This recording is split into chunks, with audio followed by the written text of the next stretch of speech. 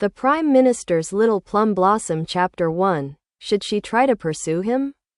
In the middle of spring, the sunlight spread. All over Tong'an City, peach and apricot blossoms bloomed overnight, the tender pistils on the branches fluttering like snow.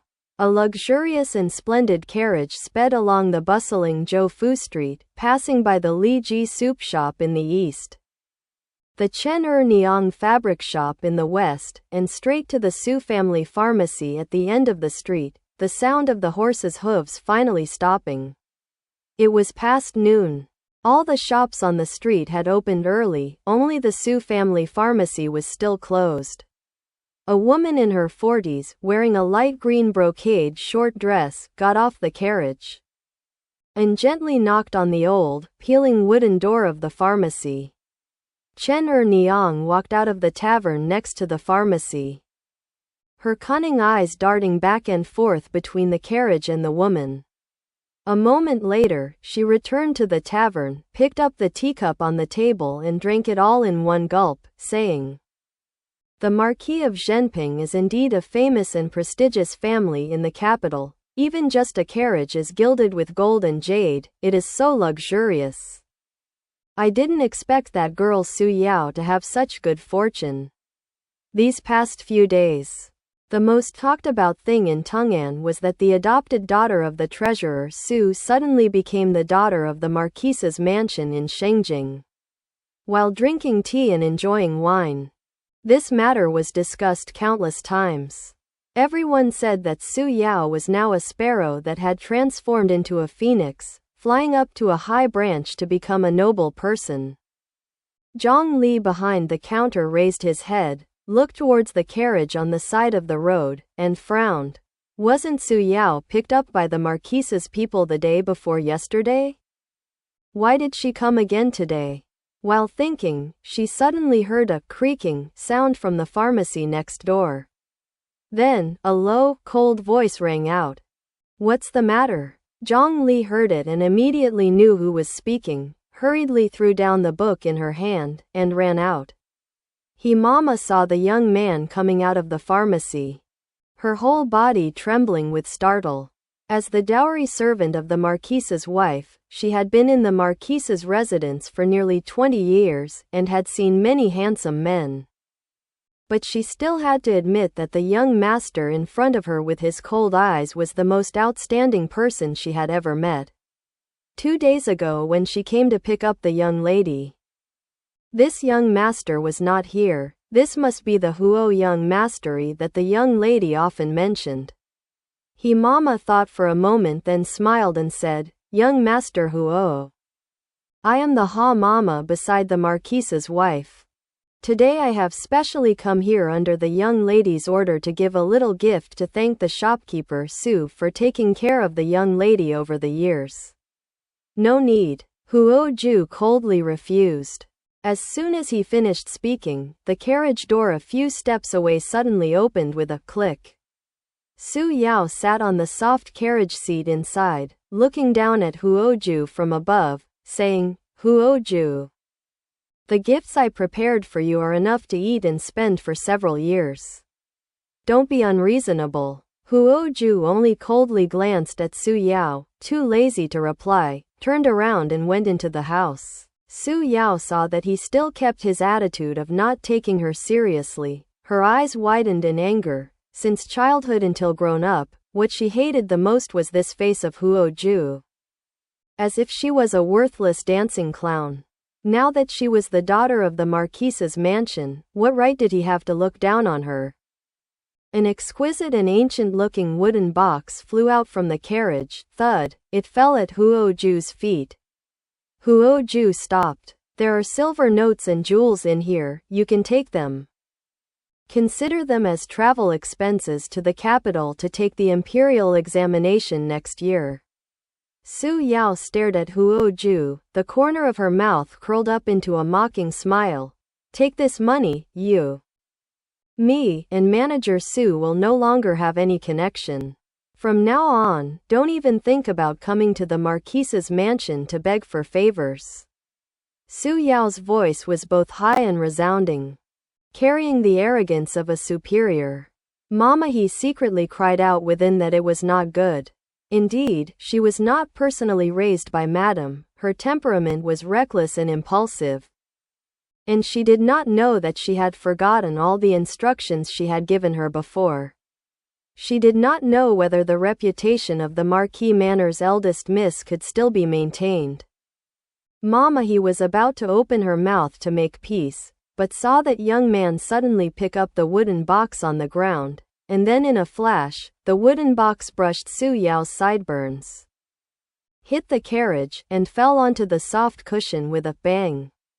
Take your things, and get out of Tong'an City. Huo Jue's voice was low and cold. Don't appear before us again. Su Yao felt unbearably embarrassed. Outside the pharmacy, 3 layers of people were already gathered to watch the excitement, including Zhang Li, whom she had hated since childhood. She immediately pointed at Zhang Li and scolded, "What are you looking at? If you look any longer, I will gouge your eyes out." Zhang Li originally did not want to argue with her, but when he thought of what Su Yao had said earlier, she could not help but say, "Su Yao, even if you are the eldest daughter of the Marquis of Zhenping, you were also raised by old Uncle Su with great difficulty. Now that old Uncle Su is seriously ill and bedridden, why would you say such hurtful words?" As soon as Zhang Li finished speaking, the people watching the excitement around her also spoke up in agreement. What an ungrateful person. Manager Su treated her so well, working hard day and night to be both father and mother to raise her for 14 years. Peeved, the Marquis of Zhenping just let Su Yao humiliate her benefactor and bully the common people. Surely the family's internal practice is also bad. Everyone was instantly enraged. Mama He blushed, wondering she was also an experienced person, but had never been so embarrassed like now. The carriage left Zhoufu Street like a gust of wind, and the crowd watching the excitement gradually dispersed. Zhang Li stood in front of the pharmacy, looking at the tightly closed wooden door, his eyes filled with worry.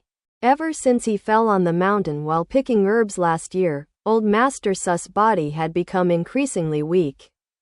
A few days ago, when the people from the Marquise's mansion came to look for him, Su Yao said such bitter words, making old Master Su so angry that he almost lost his life.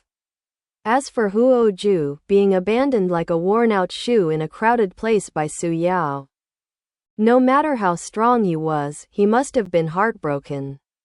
As soon as the Marquise's carriage left, the tavern was as noisy as usual, even more bustling than usual. After all, Su Yao had just performed a special play for the people of Zhoufu Street to watch. There were quite a few more things to talk about. As soon as Zhang Li entered the tavern, she saw her mother standing behind the counter, coldly looking at her. She shivered, and quickly smiled ingratiatingly. "Mom, let me settle the accounts. You go rest for a while." Yang Wei Niang humphed and threw the abacus on the table, glaring at Zhang Li. "Follow me." Zhang Li knew that her mother was angry, so she had no choice but to sullenly follow Yang Wei Niang into the backyard. The shops on Zhoufu Street all had a structure of a shop in the front and a house in the back. And Zhang Li's tavern was the same. The shop was in the front, separated by a curtain by the kitchen. Behind the kitchen was the courtyard. Behind the courtyard was the house of Yang Wei Niang and her 3 children. As soon as Yang Wei Niang entered the living room, her finger poked Zhang Li's forehead. "Didn't I tell you not to tease Su Yao? You're so good, you made her lose face in front of so many people. Did you just treat my words as wind passing by your ears? It's not like I teased her. She clearly took her anger out on me." Zhang Li rubbed his forehead, resentfully saying, "Even clay statues get angry, let alone me. Who is not clay statues? Do you think I don't know what you're thinking?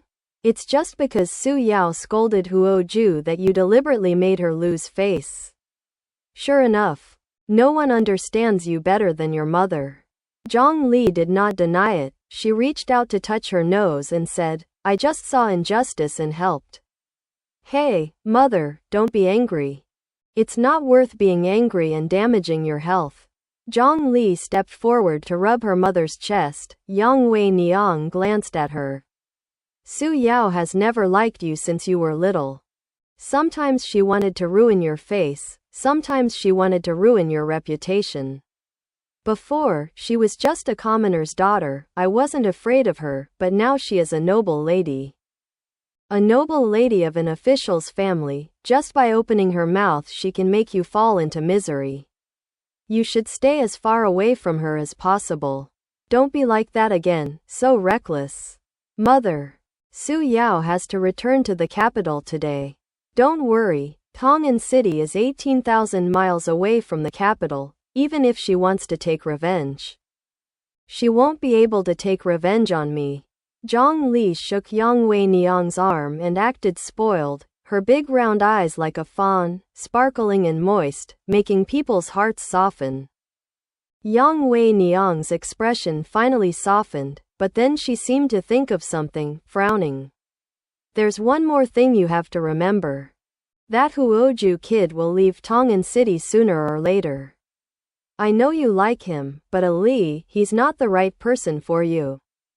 Don't do something like throwing yourself into the fire. Zhang Li was speechless. Yang Wei Niang finished educating Zhang Li and then returned to the tavern. Zhang Li obediently returned to her room, sitting on a soft chair embroidering. She would be married in June this year, but her sewing skills were extremely poor. Yang Wei Niang was afraid that she would be laughed at by her husband's family in the future, so she often kept her at home to practice sewing. Zhang Li thought of what Yang Wei Niang said. Her mind was wandering, and her fingertips were immediately pricked by needles a few times. She sucked the blood on her fingertip, put down the half-embroidered handkerchief, then carried a small basket containing the sweet potato cakes she made this morning, and sneaked out through the side door. Huo Jue didn't come to the library today. He must be in the room taking care of old Master Su. Zhang Li went around to the side door of the pharmacy, knocked lightly, and asked, Huo Jue, are you there? After waiting for a while, the door opened from the inside. The tall, straight young man stood at the door. His expression was indifferent, his eyes as black as ink, cold as ice all year round. What's the matter? Zhang Li raised her eyes. Her gaze fell on Huo Jue's face, as white as jade, her heart pounding. She had a crush on Huo Jue for a long time. Before, she was afraid of Huo Jue's status as his childhood fiancé of Su Yao, and had always subconsciously avoided him. But now that Su Yao is gone, can she try to pursue him?